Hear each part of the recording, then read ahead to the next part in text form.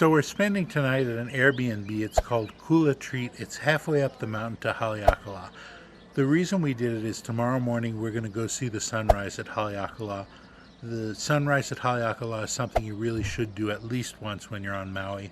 It's beautiful. You can do the sunset, but the sunrise is always clearer and it's probably a better idea. This Airbnb is really nice. Like I said, it's halfway up the mountain. It's about an hour from the summit or so. And it's just really, really pretty. As you can see the ocean on both sides. Over there you can see, I believe she said that is Lahaina and the West Maui Mountains. And then behind me is the Kihei area. So you can see both sides, the upper and lower west side of the island. Apparently it's really beautiful in the morning, so we're going to be able to get a clear view of them in the morning. And also tonight we're hoping to be able to see the Milky Way, although it is pretty cloudy. We'll see if it clears up or not. Anyway, it's pleasant. It's much cooler here than it is down in Lahaina and down in Kahului. So we're hoping we're going to get a really good night's sleep.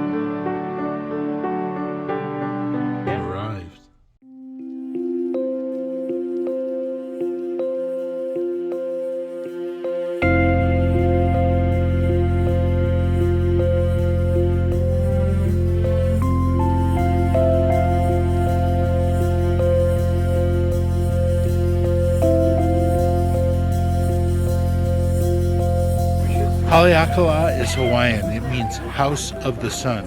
Hale meaning house. Akala is referring to ownership of the sun. Akua is the sun god and the main god in Hawaii.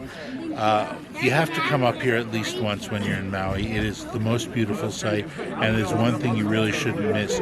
It's a bit of a pain in the butt.